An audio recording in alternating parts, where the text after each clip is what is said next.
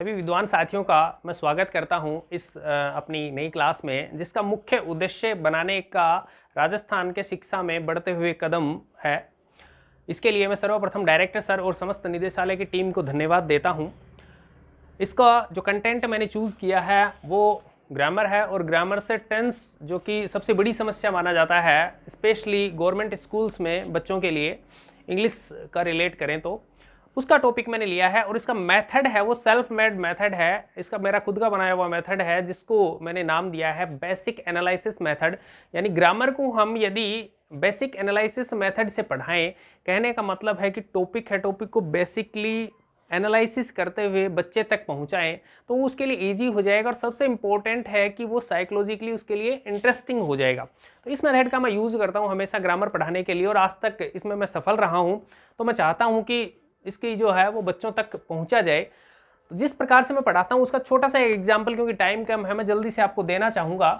तो हम कहेंगे कि टॉपिक का नाम है टेंस। तो मैं अपने सभी बच्चों को ये बताता हुआ चलता हूँ कि जो ग्रामर है, इंग्लिश ग्रामर में जो भी टॉपिक का नाम है वही उसका काम है, यानी वो अपने नाम के अनुसार काम करता है, फंक्शन करता है। जैसे टेंस है, टेंस को हम रिलेट करते हैं कि भी टाइम है।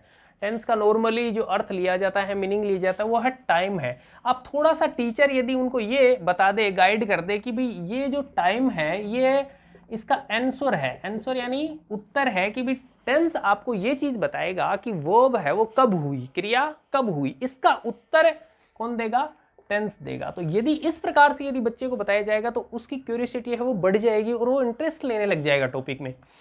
तो यहां हमने एक चीज क्लियर कर दी। फिर हम कहते हैं कि प्रेजेंट है, पास्ट है, फ्यूचर है। इसके तीन हम कहते हैं टेंस के टाइप हैं। ये न कह के यदि बच्चे को ये कह दिया जाए कि टेंस टाइम बताता है, और टाइम बताने के लिए उसके पास तीन प्रकार के ऑप्शंस हैं।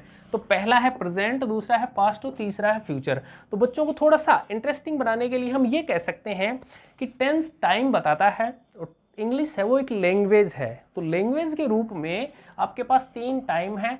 तो लैंग्वेज बोलने और सुनने का काम होता है। तो बोलते समय जो काम होगा वो प्रेजेंट बोल दीजिए, उसको क्या बोल दीजिए, प्रेजेंट। बोलने से पहले जो होगा उसको पास्ट बोल दीजिए, और बोलने के बाद जो होगा उसको क्या बोल देंगे, फ्यूचर बोल देंगे। तो इस तरीके से बताने से बच्चे को बहुत ही इजीली समझ में आएगा, और वो कंटेंट के साथ जुड़ा हुआ रहेगा आपके साथ। और इंग्लिश के साथ सबसे बड़ी प्रॉब्लम ये है कि बच्चे हैं उससे दूर भाग रहे हैं। बस थोड़ा सा आप कर लीजिए कि उसको पास में ले आइए, जिससे उसको इंटरेस्टिंग लगे। इसी तरह हम बस इस मेथड को, एनालिसिस मेथड है, उसको प्रयोग करते हुए हम इनको भी इस तरीके से हम क्लियर कर सकते हैं। टाइम थोड़ा सा कम है, इसलिए मैं सीधा बोर्ड के माध्यम से आपको बताना चाहता हूँ। यदि चांस दिया जाए या मेरे को मौका दिया जाएगा तो मैं अपना बेस्ट आपके सामने प्रस्तुत करूँगा। Thanks a lot.